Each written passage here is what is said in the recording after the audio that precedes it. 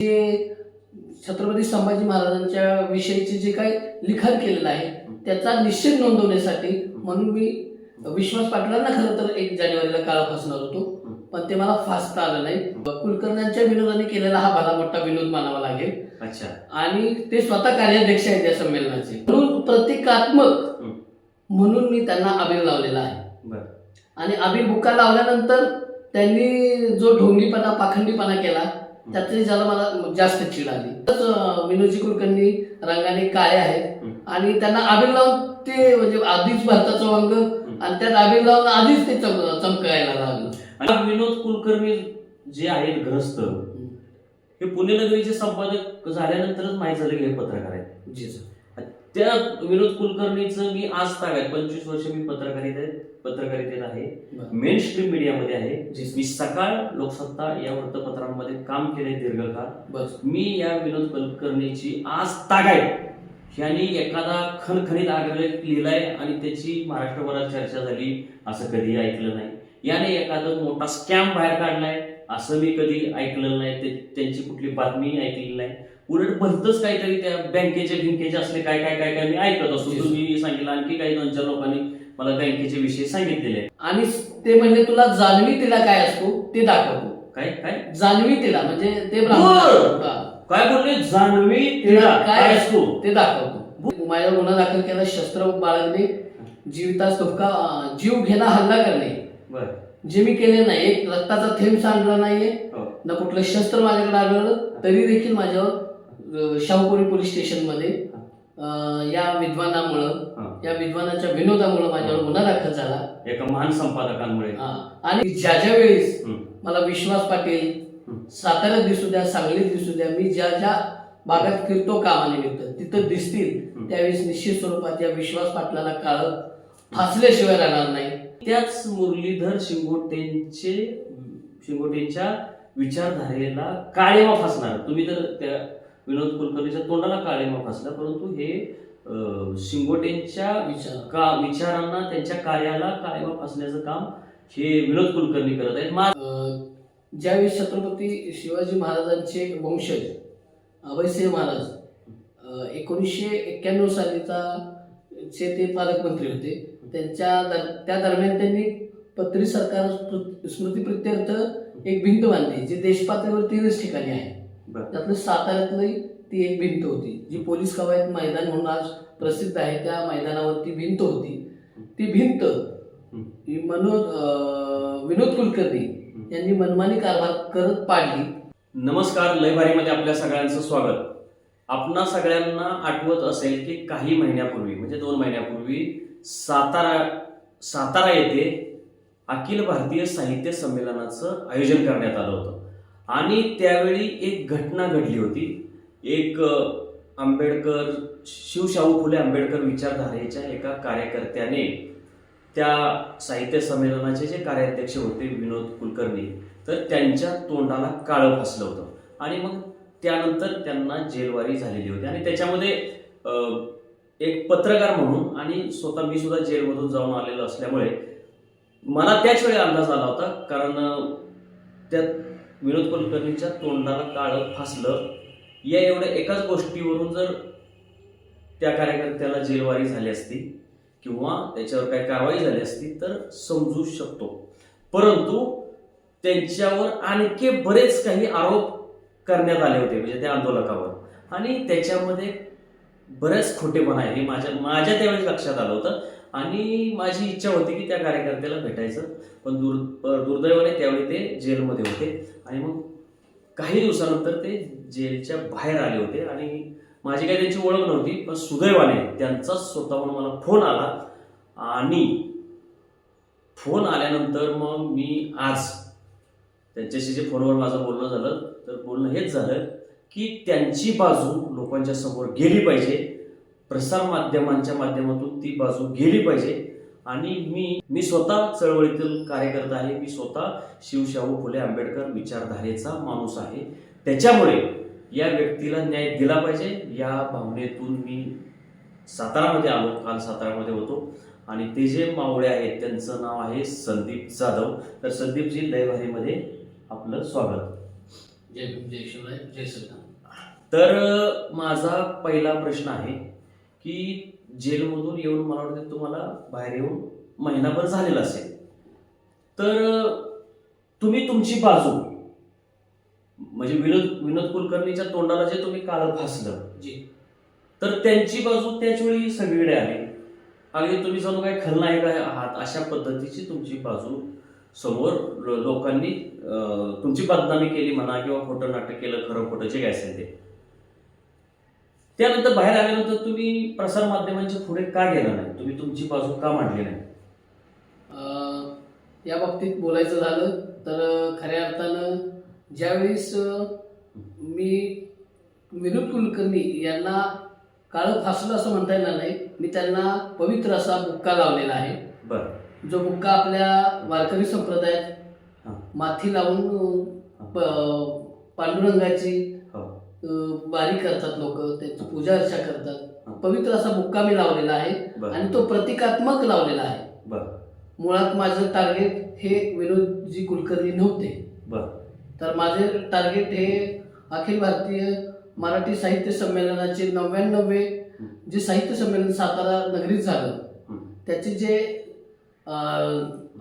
संमेलनाचे अध्यक्ष म्हणून ज्यांची निवड झाली ते पानिपतकार, कथित पानिपतकार विश्वास पाटील हे माझे खरं तर मुख्य तर त्यांना लक्ष होते.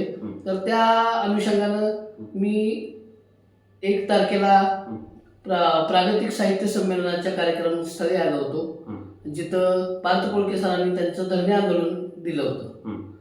आणि त्यावेळीच मी निश्चित केलं होतं की 1 जानेवारी 1818ला 500 महारांनी 5000 पेशवे संपवले होते.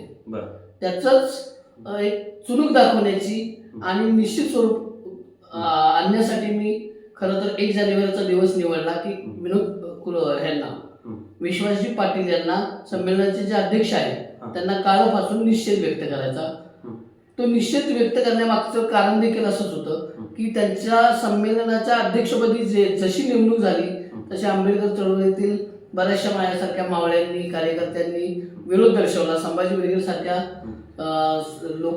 लोकांनी सुद्धा त्या गोष्टी निषेध व्यक्त केला की विश्वास पाटील नको. ज्या ऐतिहासिक साताऱ्याला राजधानी म्हटलं जातं, ज्या राजधानीतून छत्रपती शिवरायांनी 80 वर्ष स्वराज्याचा कारभार हाकला, त्यांच्याविषयी मनाचं लिखाण करणार ज्यांनी त्यांनी आता बघा गेल्याच आठवड्यात त्यांनी कबूल देखील केलं की माफी देखील मागितली, म्हणजे हा त्यांचा कबुलीनामाच आहे. हे तेव्हापासून हे मीच सांगत नाही की विश्वास पाटलांनी की आजवर केलेलं जे लिखाण आहे ते शौर्य लिखाण आहे. त्यांचे बंधू सुद्धा मुलाखतीत एकदा बोलून गेले आहे. तर अशा विश्वास पाटलांनी जे स्वतःच्या मनाचा कारभार करत त्यांनी जे छत्रपती संभाजी महाराजांच्या विषयीचे जे काही लिखाण केलेलं आहे त्याचा निषेध नोंदवण्यासाठी म्हणून मी विश्वास पाटलांना खरं तर 1 जानेवारीला काळा फासणार होतो, पण ते मला फासता आलं नाही. मग 2 जानेवारीला देखील मी त्यांचा शोध घेतला, पण प्रचंड पोलीस बंदोबस्तामुळे मला त्यांच्यापर्यंत पोहोचता आलं नाही. दरम्यानच्या काळात पार्थ पोळके सरांचं धरणे आंदोलन हे 2 दिवसाचं होतं, त्याची समाप्ती झाली आणि मी शिवशाहू फुले आंबेडकर विचारांचा मावळा आहे. मी एक बौद्धाचारी आहे, तसाच मी समता सैनिक दलाचा सैनिक देखील आहे. आम्ही बुद्ध स्वीकारलेला आहे, पण आम्ही युद्ध विसरलेलो नाही. विचारांचं युद्ध हे कायम आमच्याकडून होईल आणि अन्याय अत्याचाराला वाचा फोडण्याचं काम निश्चित स्वरूपात एक मावळा म्हणून मी करेन आणि त्यांना विरोध करायचा या भूमिकेतूनच मी पार्थ पोळके सरांना देखील सांगितले हे जे काही मी कृत्य केलंय त्याला लोक म्हणतात काळं फासलं, पण मी बुक्का लावलेला आहे त्यांना आणि ही एक माझ्यासाठी मोहीम होती. ज्या बाबतीत मी त्यांना सांगितलं देखील की सर तुम्ही शर्यतीतला घोडा हा वरातीत नाचवताय. मी तुमच्या आंदोलनाला एक आंबेडकर चळवळीतील कार्यकर्ता म्हणून आलेलो आहे. तर मग त्यांनी मला विचारलं ते की शर्यतीतला घोडा वरातीत नाचवतो याचा अर्थ काय. म्हणलं काय नाही, आपल्या आंदोलनाची समाप्ती झालेली आहे, मी निघतो. आणि 2 तारखेला मी तिथून निघून गेलो खऱ्या अर्थानं. आणि ती पण मी माझ्या मनातली जी मोहीम छत्रपती शिवरायांविषयी अवमानकारक आणि चुकीचं लिखाण करणाऱ्या विश्वास पाटलांना काळं फसायचं हे मनोमनी मी ठरवलेलंच होतं.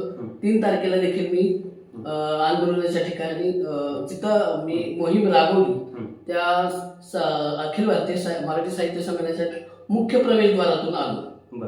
मी घेतलेले अबिराच्या 2 पुड्या होत्या, पैकी एक अबिराची पुडी मी माझ्या रुमालात फोडून ठेवली होती आणि ती विश्वास पाटलांना लावायची. त्या उद्देशानेच मी आत प्रवेश केला. मेटल डिटेक्टर मधून मी आत गेलो. मेटल डिटेक्टर मधून तुम्ही हळद, कुंकू, अबीर, गुलाल, अष्टगंध अशा स्वरूपाचं काहीही नेलं तरी ते वाजत नाही. ते वाजलंच नाही का, ते काही शस्त्र नव्हे. तर अशा अनुषंगाने मी आत प्रवेश केला. सुरुवातीच्या 2 पेंडॉल सोडून हा होता, कुठला कट्टा होता बघा, गझल कट्टा होता. त्या गझल कट्ट्यावर मी 2-4 गझल ऐकल्या आणि अमेरिकेचे खासदार तिथं येऊन काहीतरी समुपदेशन करतोय लोकांना की मी असा असा घडलो, असा असा वाढलो, अशा असे त्यांच्या आयुष्यातले अनुभव सांगितले. ते अनुभव सुद्धा मी ऐकले.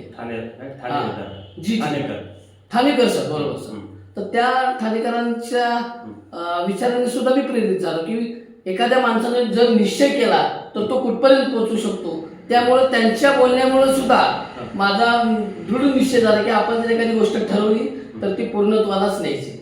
त्या अनुषंगानं मी खरं तर म्हणजे ते काळ फसायचं तुम्ही ठरवलंय, तर तुम्हाला ते ठाणेकरांच्या भाषणातून हे मिळाले, तिथंच ऊर्जा मिळाली त्याच ठिकाणी आता हे निश्चय केलाय तर पूर्ण करायला.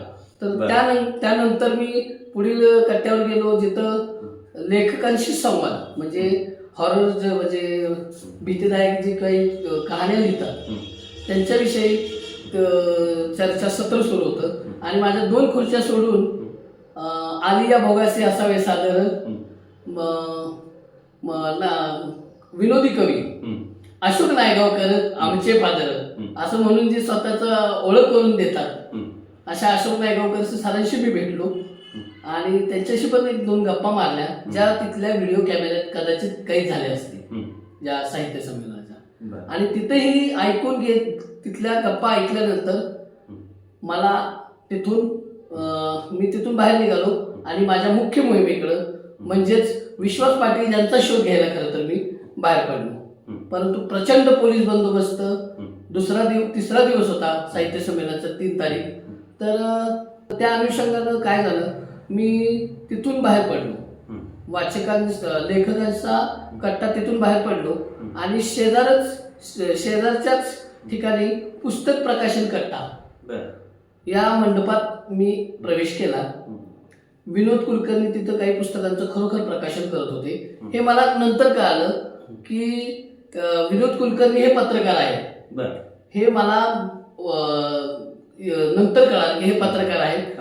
माझ्या दृष्टिकोनानं ते संमेलनाचे कार्याध्यक्ष तथा या संमेलनाचे कोषाध्यक्ष आहेत आणि ते एक जबाबदार व्यक्ती आहेत ज्यांच्यामुळं छत्रपती शिवरायांच्या राजधानीत या पानिपत काळाला संमेलनाध्यक्षपद ज्यांच्यामुळं नव्हे, खरं तर हे महामंडळाचं काम आहे की अध्यक्षपद कुणाला द्यावं. यांचे म्हणजे विनोदजी कुलकर्णी यांचं काम एवढंच होतं की त्यांनी उठट म्हणजे त्यांच्यासाठी जर त्यांनी पायघड्या घातल्या, त्यांना चांदीच्या ताटात जेवण वाढलं, हे पेपर मधून मी वाचत होतो. जे रखारीच्या रखारी भरून येत होते, विश्वास पाटील असे त्यांचं स्वागत असं होणार तसं होणार, ह्यामुळं मला जास्त चिड येत होती की अशा विश्वास पाटलांचं तुम्ही का स्वागत करताय.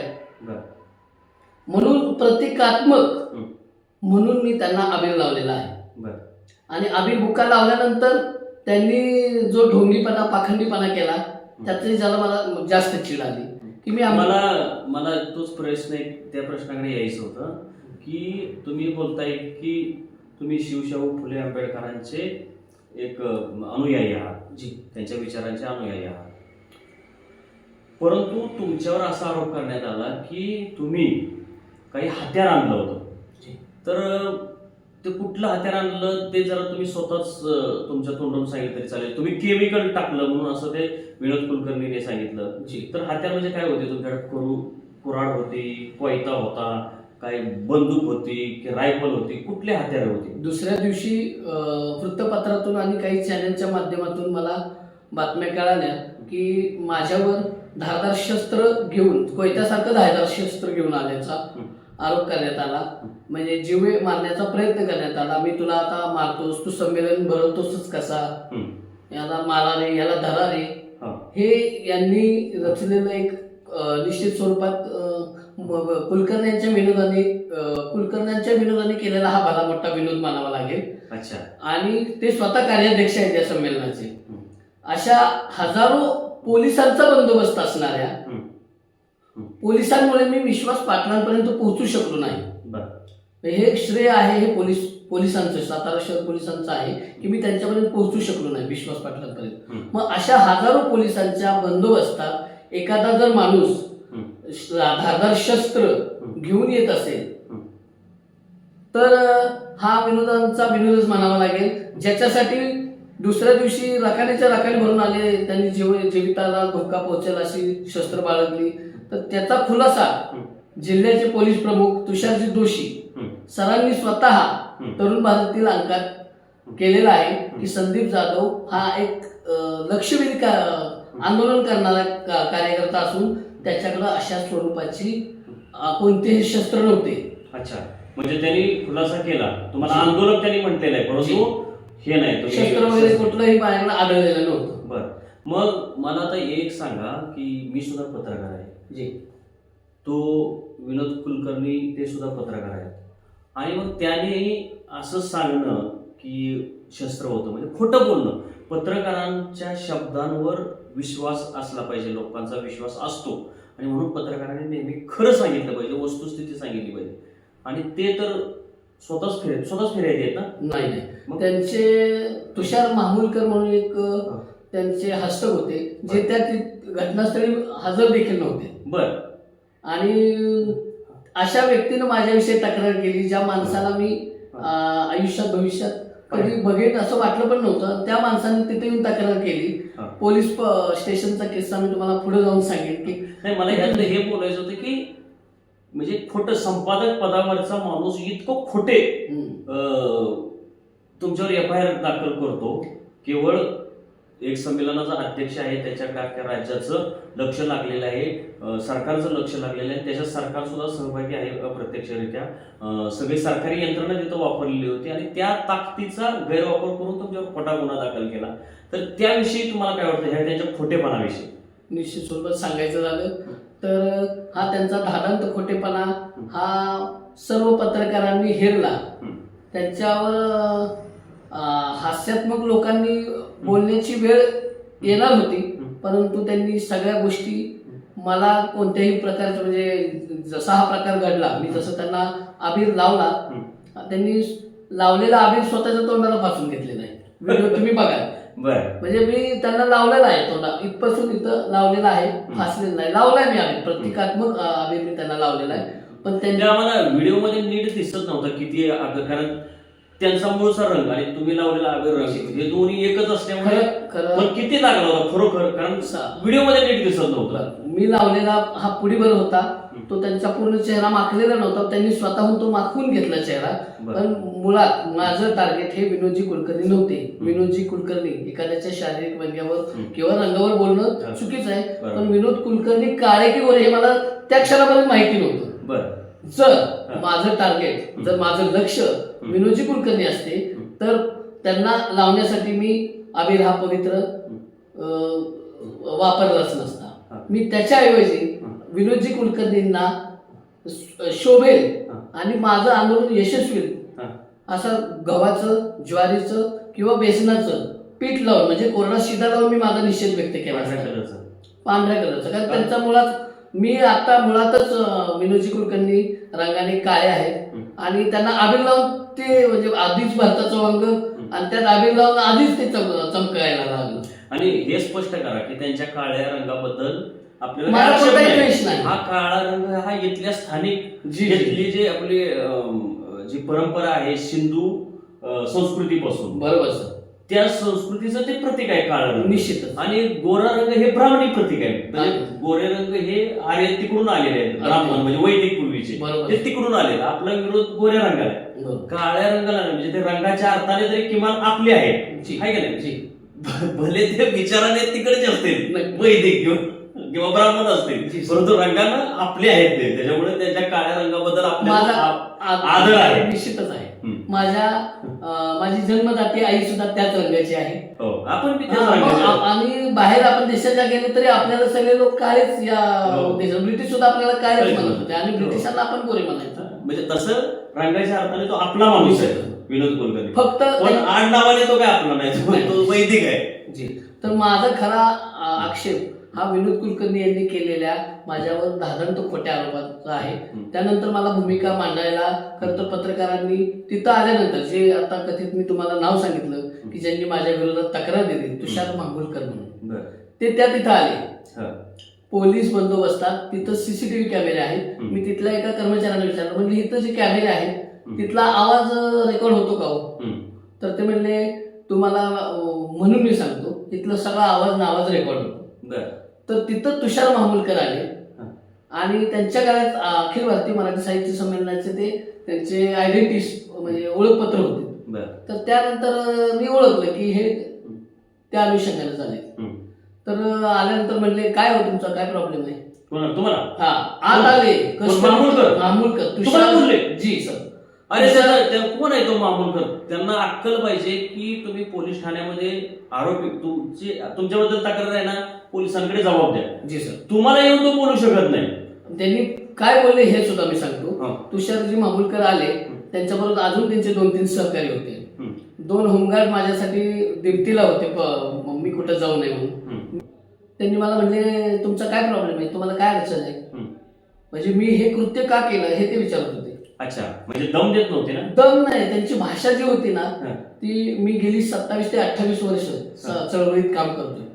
तर त्यांची जी भाषा होती की माझ्याकडून जाणून घ्यायचं होतं की नेमकं मी का त्यांना काढत असतं, असं त्यांचं म्हणणं होतं. तर मी त्यांना म्हटलं मी माझी भूमिका मांडेन, पत्रकारांना घेऊन या.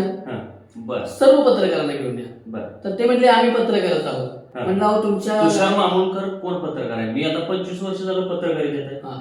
मी तरी मला माहित नाही तो माणूस. नाही, त्यांनी इव्हन हा विनोद कुलकर्णी जे आहेत ग्रस्त, हे पुणे नगरीचे संपादक झाल्यानंतरच माहित झालं की हे पत्रकार आहेत. जी सर. त्या विनोद कुलकर्णीचं मी आज तागायत 25 वर्ष मी पत्रकारितेत आहे, मेन स्ट्रीम मीडियामध्ये आहे. मी सकाळ लोकसत्ता या वृत्तपत्रांमध्ये काम केले दीर्घकाळ. मी या विनोद कुलकर्णीची आज तागायत यांनी एखादा खणखणीत आग्रह लिहिलाय आणि त्याची महाराष्ट्रभरात चर्चा झाली असं कधी ऐकलं नाही.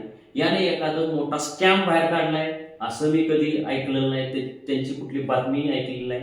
उलट भलतच काहीतरी त्या बँकेचे असले काय काय काय काय मी ऐकत असतो. तुम्ही सांगितलं, आणखी काही 2-4 लोकांनी मला बँकेचे विषय सांगितलेले आहेत. आपण त्याच्याकडे घेऊया.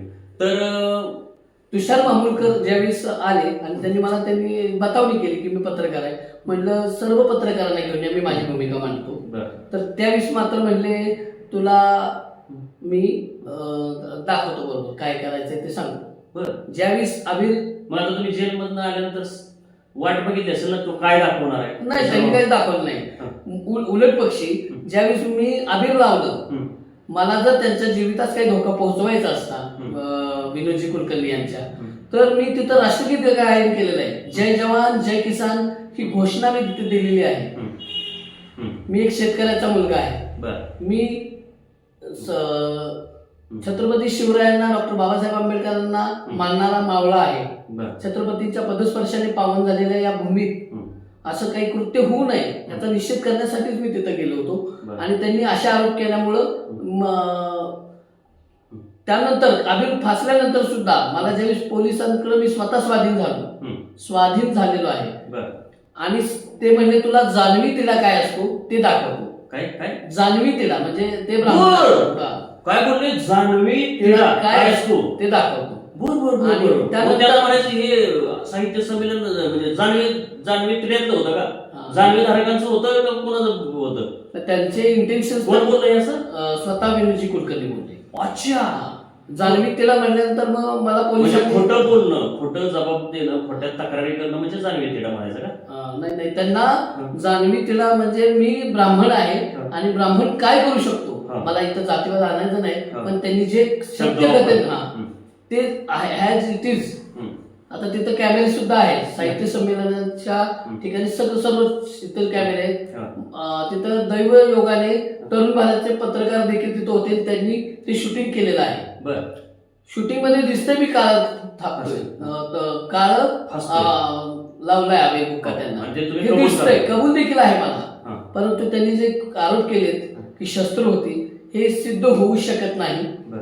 आणि सन्माननीय कोर्टाला सुद्धा मला जामीन देण्याची अपेक्षा इच्छा होती, परंतु त्यांनी फॉरेन्सिक या गोष्टी करायच्या आहेत. सदर बाबतीत पोलीस तपास अधिकारी आयोगनं देखील फोन आले. मी नाव टाळतो खरं त्या माऊलीचं, पण ज्या माऊलीला राष्ट्रध्वजाचा सन्मान नाही कळाला, त्या माऊलीच्या यंत्रणेकडून देखील फोन आला की याला जिल्हा परिषदेच्या इलेक्शन होईपर्यंत तरी आत ठेवा. बर. आणि मला पोलिसांनी सांगितलं की ह्या गुन्ह्यामध्ये फार फार तर तुम्हाला नोटीस देऊन सोडून दिलं जातं, अटक आज तागायत. देश पातळीवर अशा गुन्ह्यामध्ये, शाई फेकलेल्या गुन्ह्यामध्ये, काळं फासलेल्या गुन्ह्यामध्ये कधीही कोणाला अटक झालेली नाही.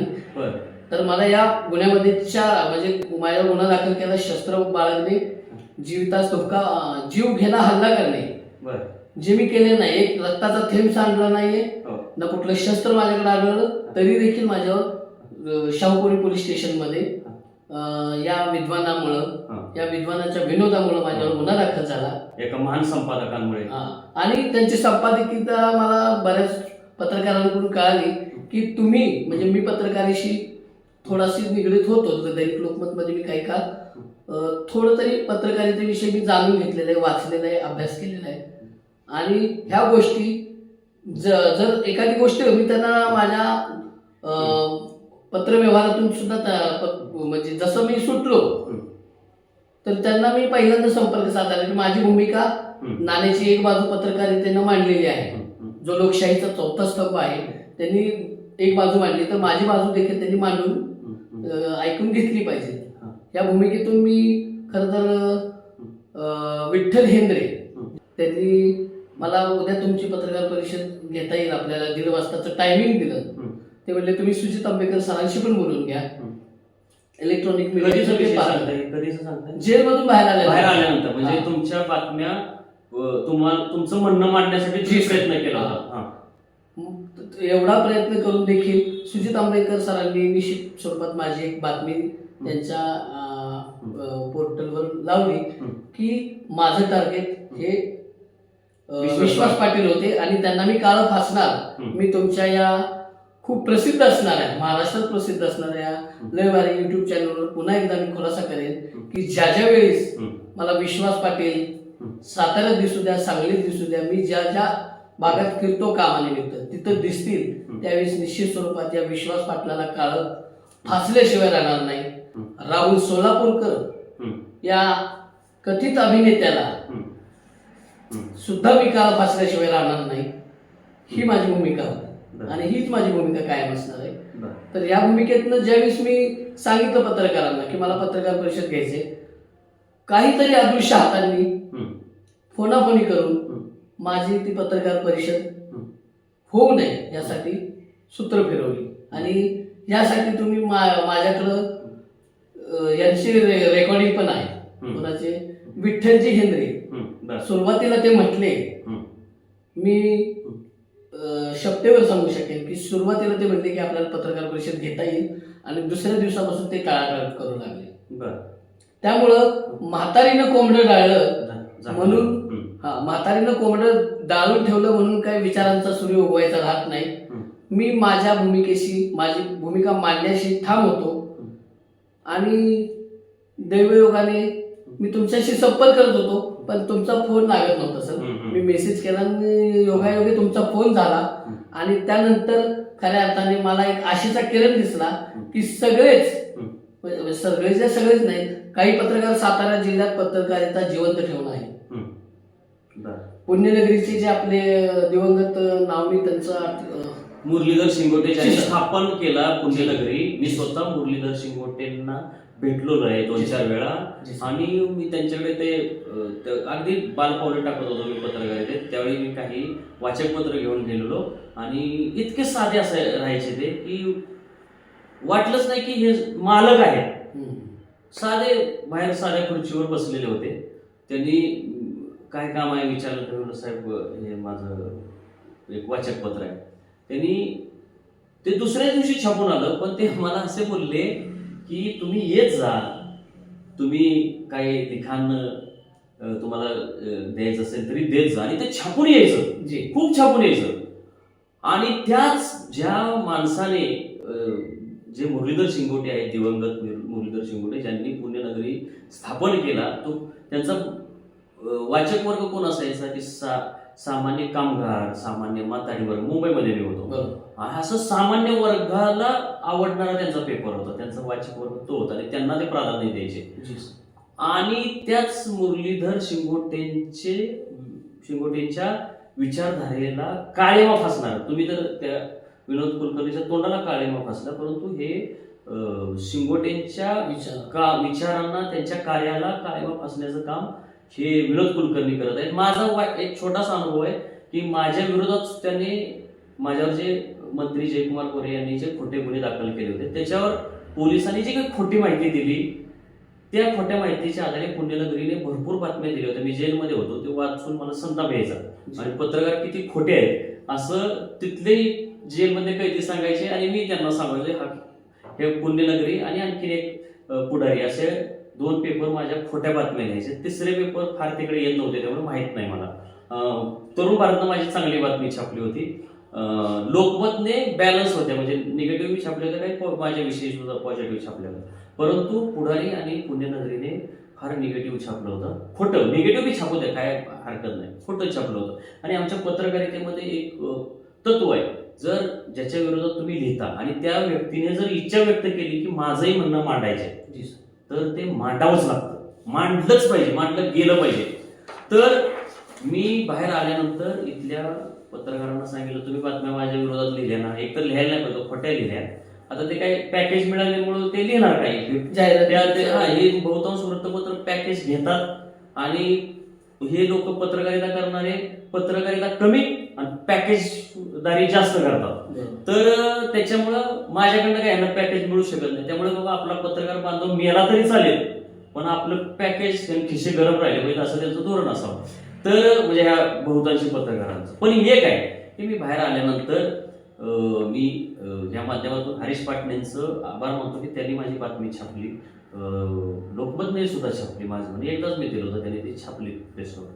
परंतु ह्या विनोद कुलकर्ण्यानं छापली नाही, बातमी नाही छापू द्या. अरे पण त्याला कळलं पाहिजे आपण मुरलीधर, आदरणीय दिवंगत मुरलीधर शिंगोटे यांच्या वृत्तपत्रामध्ये आपण काम करतो आणि त्यांनी माझी बाजू मांडली नाही.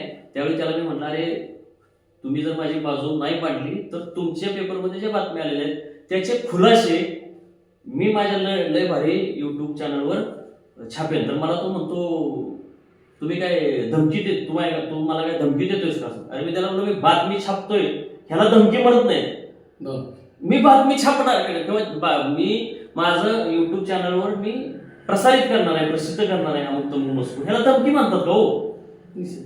हे तर आपलं म्हणजे पत्रकारितेचा गाभ आहे, धर्म आहे, मी माझा धर्म जपणार आहे असं मी त्यांना सांगतोय. आणि तो म्हणजे किती मूर्ख बेअक्कल तो माणूस आहे. आणि मला हे जे आदरणीय मुरलीधर शिंगोटेंची जी 2 मुलं आहेत, प्रवीण आणि दुसऱ्याचं नाव काय, त्यांना माझं सांगणं आहे की अहो तुम्ही तुमच्या वडिलांचा वारसा जपू शकतो किंवा वडिलांचं ज्यांना कार्य माहिती आहे असा संपादक नियम हा कुठला तुम्ही आणलाय असला धरून बघा. तर आता मी आपला हा विषय वेगळा होता त्यामुळे हे विनोद कुलकर्णीच्या विषयी मी नंतर बोलेन निश्चित. परंतु तुम्ही आता तुमचं सांगा. आता तुम्ही संपादकाचा विषय काढला म्हणून सांगतो की संपादकाच्या खुर्चीवर ते त्यांना कोणी बसवलेलं नाहीये, तर कुणाचा तरी काटा काढून कुणाचा तरी पाय उतार करून त्यांनी ती खुर्ची बळकावलेली आहे. नाही ते ठीक आहे, पत्रकारितेत राजकारण चालतं, असं कोणीतरी काटा काढलेला असू शकतो, त्याशी काय आपलं देणं घेणं नाही. परंतु चुकीच्या गोष्टी आज एखादा विषय मी माझ्या म्हणजे माझ्या बुद्ध्यांकानुसार मला कोणाचं बौद्धिक घेण्याची आवश्यकता नाही.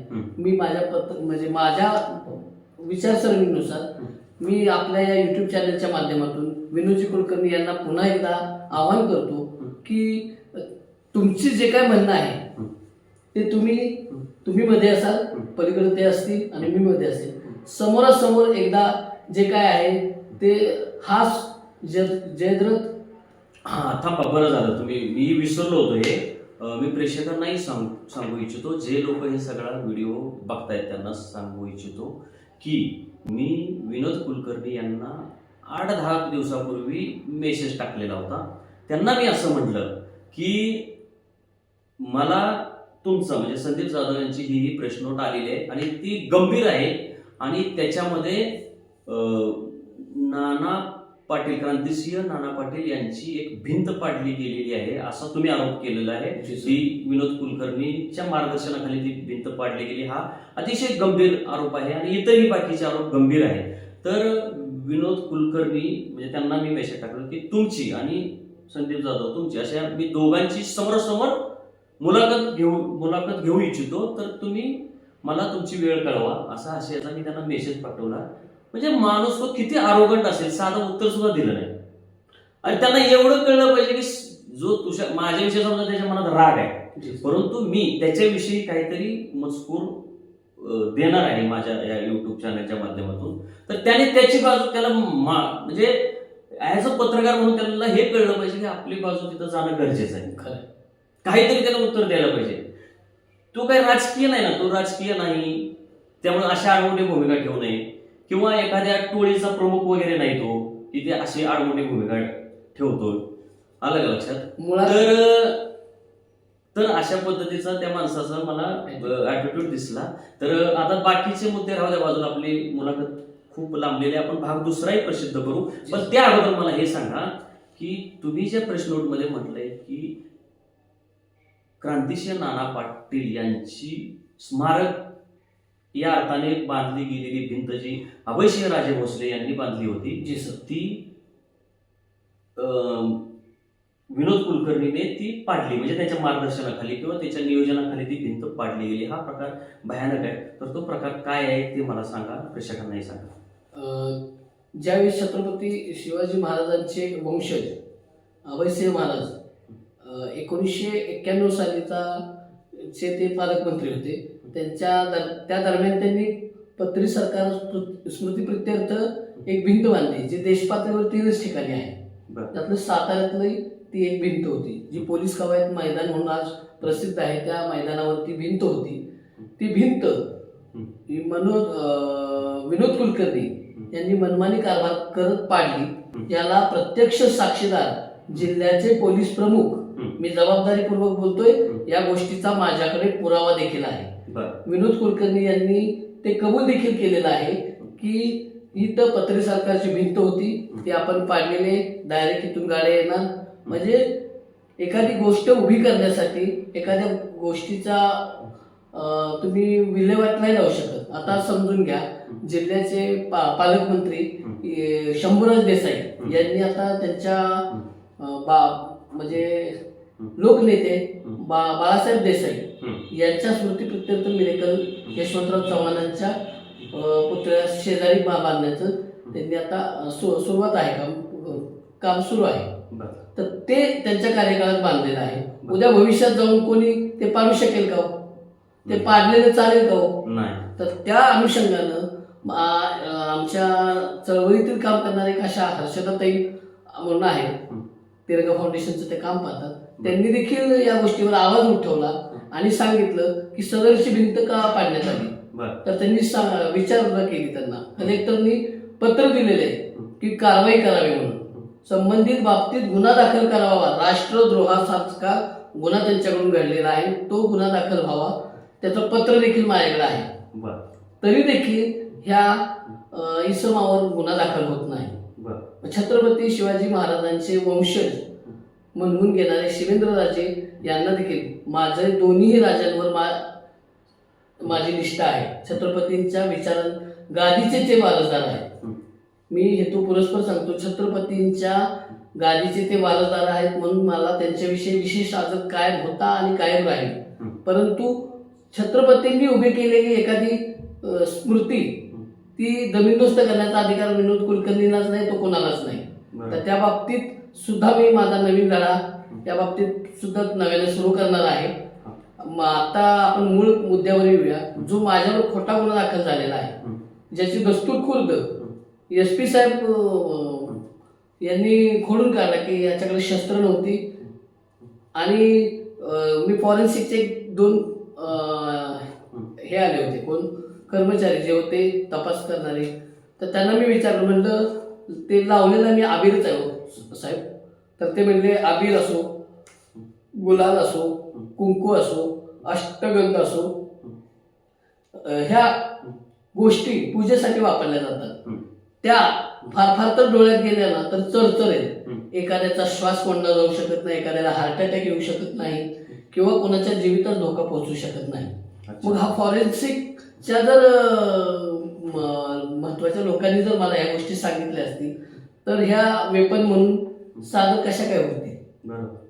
ह्या गोष्टीच्या न्याय हक्काच्या लढाईत पत्रकारांनी मला साथ नाही दिली, त्यांची अपरिहार्यता मी समजू शकतो. परंतु आंबेडकर चळवळीतील काही लोकांनी देखील माझ्याकडून 2 हात लांब राहणं पसंत केलं. मला बाबासाहेबांनी एकच वाक्य सांगितलं, आज देखील आठवतं, की मला या देशाची शासनकर्ते जमात व्हायचे आहे. मला म्हणजे माझ्या समाजाला.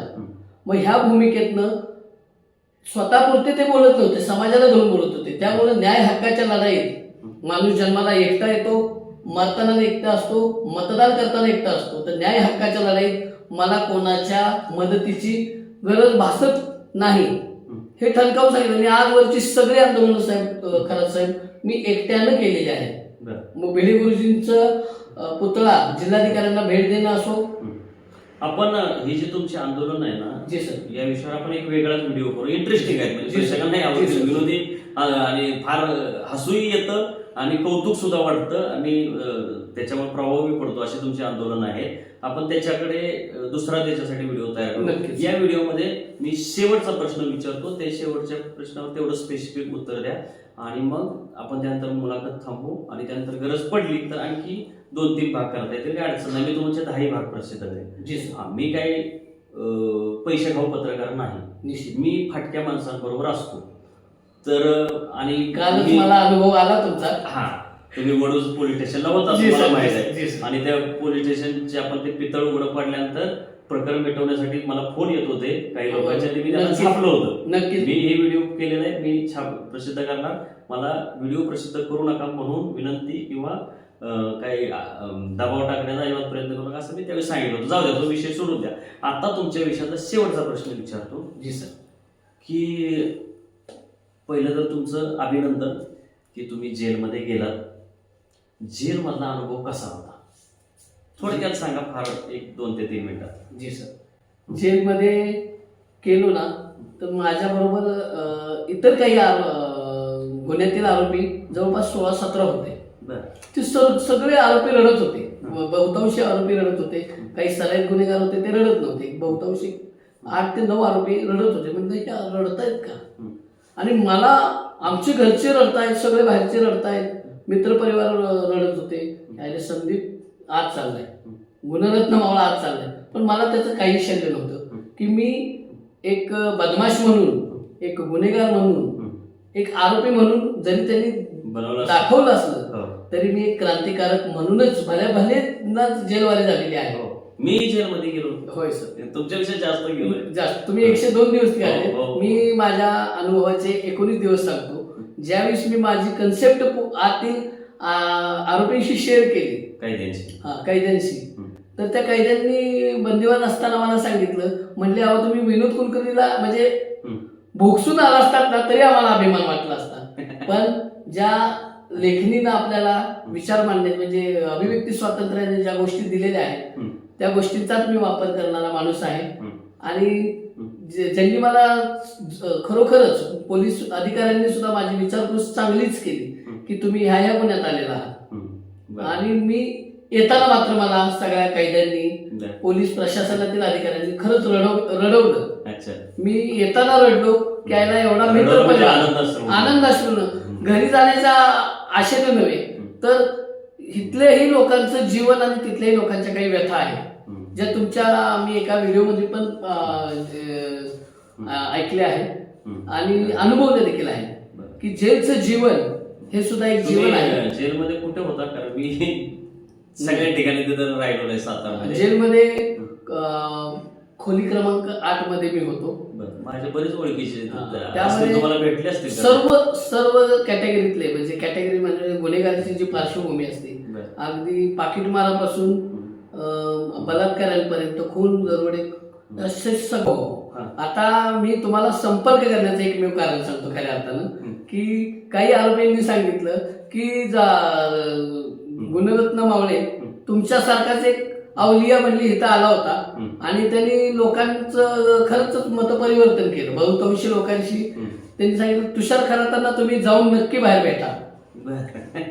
म्हणजे त्यांनी जयकुमार गोरेंना एवढं जेवी सांगलं त्यांचे काही कार्यकर्ते सुद्धा तुमच्या प्रेमात पडलेले होते. जेव्हा तुमची खरी भूमिका त्यांना कळाली की जयकुमार गोरेंच्या बाबतीत तुम्ही काय स्टँड घेताय हे त्यांना जेव्हा अटकळ आलं की आपला पण नुसता वापरच झालेला आहे, अशा भूमिकेत लोकांनी सुद्धा मला तुमच्या बाबतीत सांगितलं आणि मला एक आशेचा किरण वाटत होता. मला 2-3 ठिकाणून कळालं की तुषार खरात एका डॉक्युमेंट्सवर मी तुमचं खरं नाव कळालं मला, पण तुमचं नाव खरं तर तुषार असायला नको होतं. तुमचं आडनाव खऱ्या अर्थानं अंकुश असंच असायला हवं होतं, कारण बलाढ्य मस्तावलेल्या हत्तीला अंकुश लावण्याचं काम तुमच्यासारख्या चॅनलकडून आणि तुमच्यासारख्या व्यक्तीकडून होतंय. यशासाठी माझं म्हणजे आपल्या चॅनलला खूप खूप शुभेच्छा आहेत. आपण या चॅनलच्या माध्यमातून माझी भूमिका समाजापर्यंत मांडत आहात यासाठी मी खरंच मनापासून आपला आभारी आहे. सर धन्यवाद जाधव साहेब. तुम्ही तुमची जी भूमिका आहे, तुमची जी बाजू आहे, साहित्य संमेलनामध्ये तुम्ही जे आंदोलन केलं होतं आणि त्याच्यावर तुमच्यावर खोटे गुन्हे दाखल करून तेही दुर्दैवाने एका संपादकाने तुमच्यावर खोटे गुन्हे दाखल करून तुम्हाला तुरुंगात डांबलं होतं. परंतु खरी काय बाजू आहे ते तुम्ही सांगितलं. खरं तर ते जे संपादक महाशय आहेत त्यांनी तुमच्यावर खोटा गुन्हा दाखल केला आणि त्यानंतर आमच्या पत्रकार बांधवांनी तुम्हाला न्याय द्यायचा प्रयत्न केला नाही.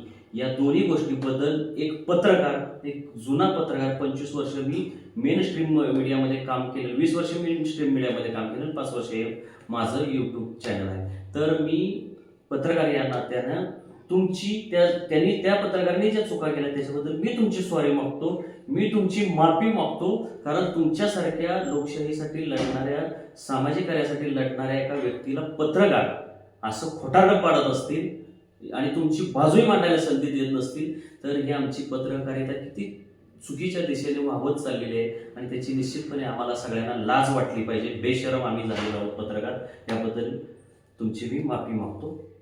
आता थांबूयात, आपण पुढच्या भागात भेटू. जय भीम, जय शिवराय, जय संविधान.